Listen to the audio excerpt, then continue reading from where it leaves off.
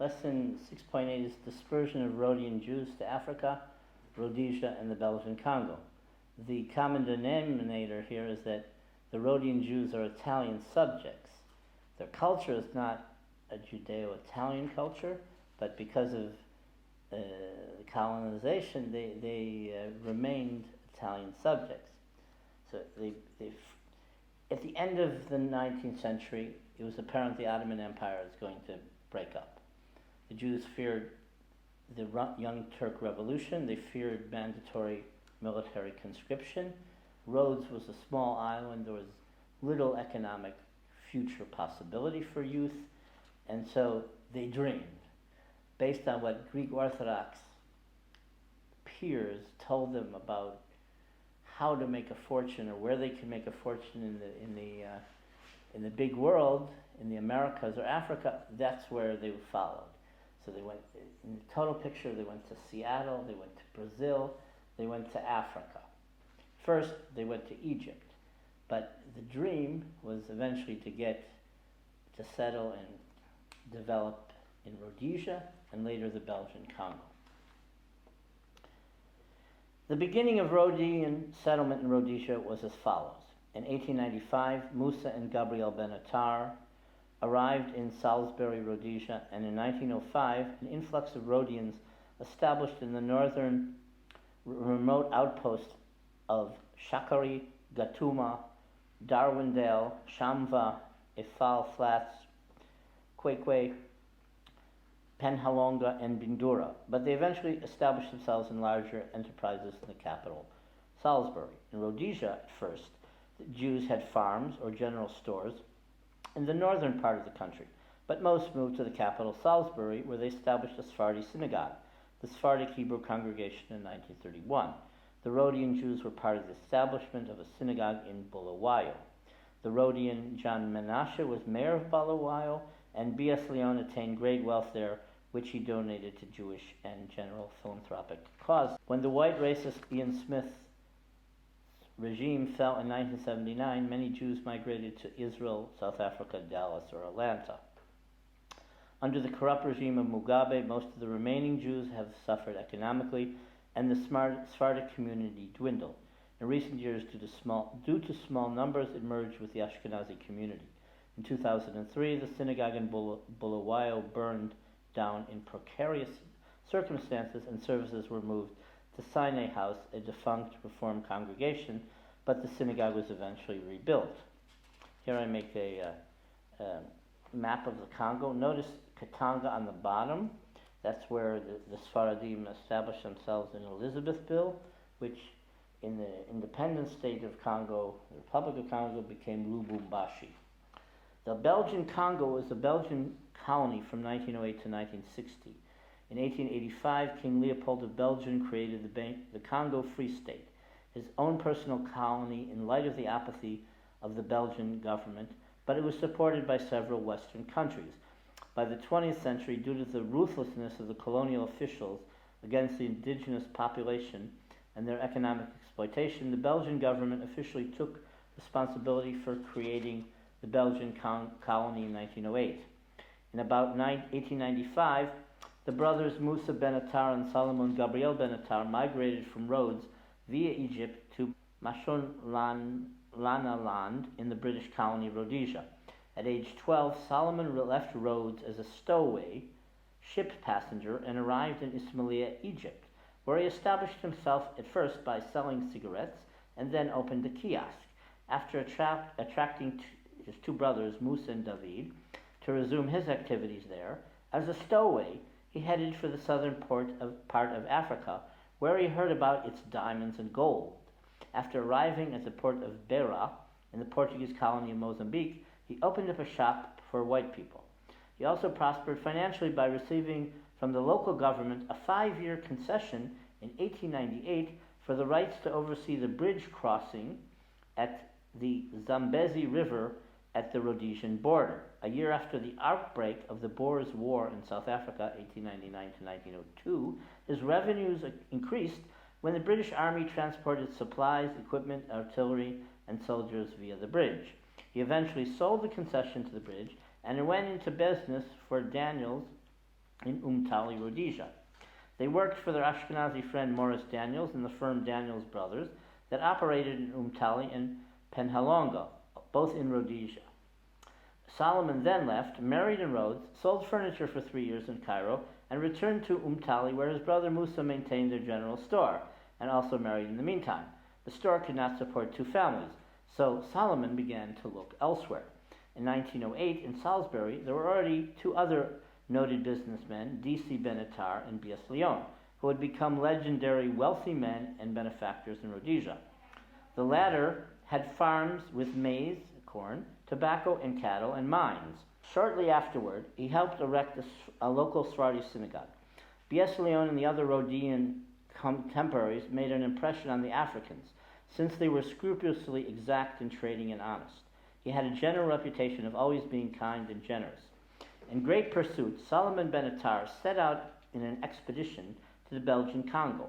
After a train ride, his entourage, consisting of 80 armed men, a tent, and food supplies, went by foot 800 kilometers to Elizabethville in the Katanga region of the Belgian Congo. Salomon was the first Sephardi Jewish settler, but there were Ashkenazim who he met, who had been there since the end of the 19th century. They had come from South Africa, and others were from Europe and Eretz Israel. By 1910, the Benatars thus established themselves in Elizabethville in the Belgian Congo. Salomon, Benatar, and Sons established the trademark Salbena, which would be a household word in the colonies in the vast areas of the north. When Elizabethville developed in 1910 and became the capital of the Katanga region, the construction of a railroad turned it into a very important center, since it was a junction for railroad travel to Salisbury, Rhodesia to the south, and the Lobito port in Angola to the west at the edge of the Atlantic Ocean. The Belgian governor encouraged Salomon to settle there and open up stores for the 150,000 mine workers of the Union Minière and the 40,000 railroad workers who previously had no way to purchase goods locally. In 1921, a Mr. Gordon of Elizabethville asked the Bulawayo Jewish Guild, since he wanted to establish a similar endeavor in Elizabethville. In the continuum, relations between the Ashkenazim and Sephardim improved, and they prayed together and interacted. In 1925, a rabbi was brought by the name of Reverend Louis Wolk, previously of King Williamstown. Wolk established the Mount Scopus Association of Katanga, which aimed to assist the new Hebrew University of Jerusalem. In 1925, at the time of the founding of the Hebrew University in Elizabethville, within a short period of time, they had 160 members. Members of the Zionist Association of Katanga went all throughout the Belgian Congo with their blue J&F boxes to collect Zionist donations. Reverend M.I. Cohen of Bulawayo, Rhodesia, came all the way to Elizabethville for the opening of the new synagogue in 1930. In the Congo, the Rhodian merchants revolutionized white society by allowing blacks to purchase in their stores, by issuing credit, and by influencing black society to purchase European dress. In 1936, Rabbi Moïse Levy from Rhodes came to be the rabbi in Elizabethville. His daughter, Malka, who lives in Brussels today, said, "The Ashkenazim arrived in the Congo at the end of the 19th century. The Sephardim came later. The community of Elizabethville established its statutes in 1911. The majority was Ashkenazi. In 1929, they began the construction of the Great Synagogue. The rabbi then in Elizabethville left because of the economic crisis. After the departure of the Ashkenazim, the Sephardim became a majority. In late 1936, a delegation went to Rhodes and hired Rabbi Moses M. Levy, a young rabbi. He arrived in Elizabethville in March 1937. Then came his wife, Felicia Piha, and they got married in December. They had 4 children, including Malka. Here's a picture of Moïse with Israeli Prime Minister Levi Eshkol. Moïse Levy was a very political rabbi. Malka continues, "For my part, I grew up in a profoundly Sephardic family. Any occasion was good for our parents and our entourage to tell us stories, anecdotes, or memories. We were living under a blue sky. The sun was shining. We lived a simple life. We had our bikes that made us free to move, to go to visit our friends. We developed in a spirit of openness with friends of different origins and religions, Greeks, Italians, Belgians, and they would come to attend the wedding of one of their Jewish colleagues. They participated in our balls as we did in theirs. There were nonetheless some sporadic cases of anti-Semitism. Pertaining to kashrut, it was respected in Elizabethville, and kosher meat was distributed in some butcher shops twice a week.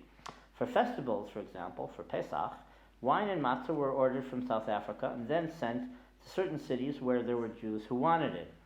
When Moses Levi arrived at a particular destination, his host asked him to slaughter a chicken. In almost all the cities, there were former students of the Rhodes Rabbinical College who could have taught classes and assured the shechita, the ritual slaughter, but they preferred to engage in commerce. Here's a picture of the synagogue. There were anti-Semitic incidents in World War I and afterward, but relations with the Gentiles in general were pretty cordial. In 1940, many of the Rhodian household heads were arrested as enemy Italian subjects and were imprisoned for several days. Initially, only Rabbi Levi was detained by the governor and then reported the next day with the Jewish men, but they were quickly released and he could return to his revered status. In 1946, permission was obtained for 50 Rhodian Holocaust survivors to settle in the Congo. In 1950, parallel to the mass exodus of Turkish Jewry and their aliyah to Israel, some Turkish Sephardic Jews migrated to the Congo. Many of the Rhodians who came in 1936 and 1939 were victims of the Italian anti-Jewish racial laws. Those from Asia Minor who migrated to Rhodes after 1919, in accordance with the post-World War I Versailles Treaty, in 1938 were stripped of their Italian citizenship and were ordered to leave the island within half a year by early 1939. Those that did not go to the international zone in Tangier migrated to the Congo. Numerous Sephardic Jews established large-scale businesses in the Congo and became very wealthy. The Israel brothers made fabrics and they established themselves in the Kasai region. They had offices in Lulabourg and Elizabethville. Their company was called Simis, named after Simon Israel. They also had a factory in the capital, Leopoldville. In Elizabethville, there were the Amato Frères brothers who bought cloth and converted it into fabric. They also manufactured soap and peanut oil. Chasson and Russo had a factory called Diana, which produced quality clothing and underwear for adults and children. The Chasson brothers, Leon and Asher Chasson, also produced plastics. The above-mentioned early firm of Saul Beno was carried on from Salomon Benatar to his son Gabriel Benatar. The Capeluto brothers and Moreno Soriano had a factory that produced corn flour, and they also imported American cars, Studebaker, Plymouth, and Chrysler. Noteworthy in the capital was the factory of Reuben Al-Khadif that manufactured Morocco leather. Clement Israel and Michael Cohen had numerous import-export endeavors in the capital. On 24 June 1960, independence was declared in the Congo. Rabbi Levi had an official position as a political interlocutor. Revolutionary leader Moïse Chambé, with backing of Belgian soldiers, wanted the Katanga region, wealthy in copper, gold, and uranium, to succeed from the new Congo, and he requested from Levi to go to Washington, D.C. to get an endorsement from President Kennedy and Ambassador-at-Large Averell Harriman. But once he arrived in Washington, a representative of Harriman's staff told him that the United States would only recognize the United Nations' position of recognizing a united independent Zaire and oppose the secession of Katanga. Prime Minister Patrice Lumumba had appealed to the United Nations for a united Congo, appealed for assistance in opposing Belgian military aggression and their support for Katanganese secession. On the 9th of July 1960, the Europeans began fleeing Elizabethville for Rhodesia. The next day, in order to protect the population from rioting, Belgium sent soldiers to the Congo. On 11th July, Chambé declared independence for Katanga. The Jewish community of Rhodesia provided a plane to assist the Jews to flee. Most Europeans fled, including 99% of the Jews of Elizabethville. Only 6 elderly Jewish women and 4 aged Jewish men stayed in the city since they lacked the means to flee. Talk about Morris Al-Khadif. The Rhodian Morris Al-Khadif settled in Elizabethville, and after working for the Benatars, opened a store in 1912. He sold clothes, eventually opened up a clothing factory collected and traded in ivory, and eventually became a billionaire. Together with his brother Joseph, he opened up stores in Elizabethville, Albertville, Camina, Luluaburg, Stanleyville, and Bukavu. In 1925, he initiated the creation of a covered market in Leopoldville, now the capital Kinshasa. During the Holocaust, he managed to escape from Belgium and flee to the United States. After the war, he returned to the Congo. In 1949, he settled in Leopoldville, where he established a Pepsi Cola factory and a clothes factory. He had an amateur art collection and financed art schools and a theater. He also was the honorary consul of Israel. After some 4 years of political turmoil during the early independence of Zaire, Maurice and the other Rhodian Jewish businessmen wagered on Mobutu as future leader, financed his political expenses, and when he carried out his coup d'etat, he gave Maurice the concession for Coca-Cola in Zaire. After his death, during all the political upheaval and violence in Zaire in the 1980s, Maurice's heirs could not manage his companies and lost his wealth. The American Jewish leader Israel Goldstein and his wife visited Maurice in his home in Leopoldville, 250 miles east of the Atlantic Ocean.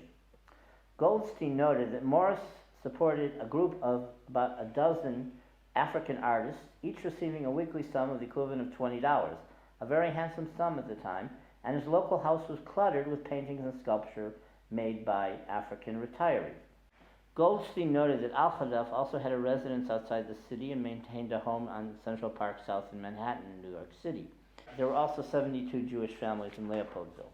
Jacqueline Benatar and her sister, her twin sister Miriam, were 2 of 5 children of the family of Ezra Benatar and Lucy Israel Benatar, who grew up in Albertville in the Katanga region. They were only one of 2 Jewish families that she remembered. Ezra was a wholesale merchant of fabric for black African women who made their own clothes. Lucy spoke French to Jacqueline and her siblings. Lucy arrived in the Congo at a young age, and Ezra came from Rhodes at the age of 19. Ezra's father in Rhodes was religious, but Ezra was not and didn't even know the prayers. Jacqueline recalled her mother's traditional Sephardic cuisine of boyos, borecas, special quiches from Rhodes, and fritada de tomates. Other delicacies included bolemas, marzipan, curabia, and almond pate, and maruchino, another marzipan-type dessert. Lucy, the homemaker, was also made fritada de pazi, spinach quiche. Their challah on Shabbat was called la rosca, a round like bread looking like a sandwich. They also had a lot of stuffed vegetables. In general, Jacqueline noted that the Ashkenazim and Sephardim got along well in the Congo, and they were only differentiated by food. She also noted that Rhodian girls from the Congo either married men from Rhodian families or Ashkenazim if they married to Rhodesia, if they migrated to Rhodesia, Johannesburg, Atlanta, or elsewhere in the United States. Jacqueline and Miriam made Aliyah and have MA degrees from the Hebrew University in Judeo-Spanish. Jacqueline works at Yad Vashem in the Pay Aid Oral Testimony Department and raised money for the Rhodes Memorial Foyer at Yad Vashem. Miriam married Jimmy Pimienta of a culturally active Judeo-Spanish speaking family from Tangier, and they live in Brussels. Jacqueline and Miriam wrote the book De Rhodes à Elizabethville, l'Odyssée d'une communauté Sepharade, From Rhodes to Elizabethville, the Odyssey of a Sephardic Community. Jacqueline had a lot of time to play when she was a little girl. A train track separated their house and the lake Tanganyika. One had to be careful of the crocodiles. She played by the lake for a good part of her childhood. Africa for her was paradise. On the shores of the lake, she played with Italian children.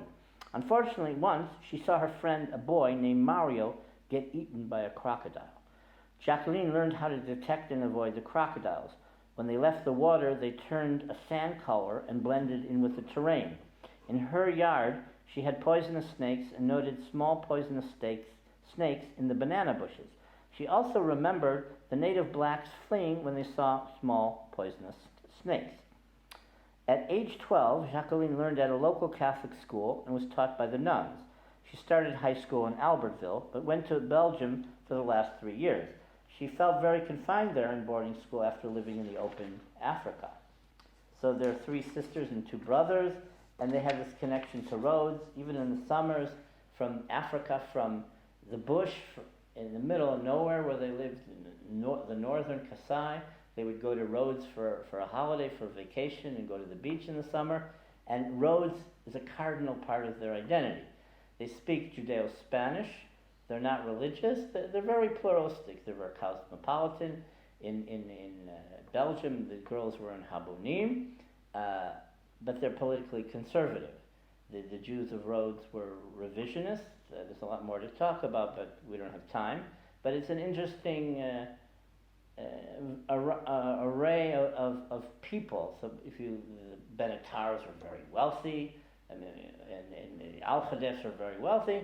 Jacqueline's family was normatively middle class, very culturally Jewish, but that distinguishes these Rhodian Jews because they are very active cultural Jews and lightly traditional Jews who observe holidays, Shabbat. They're not religious, but they maintain this very strong Sephardic identity with the language, with the cuisine, and with the identity.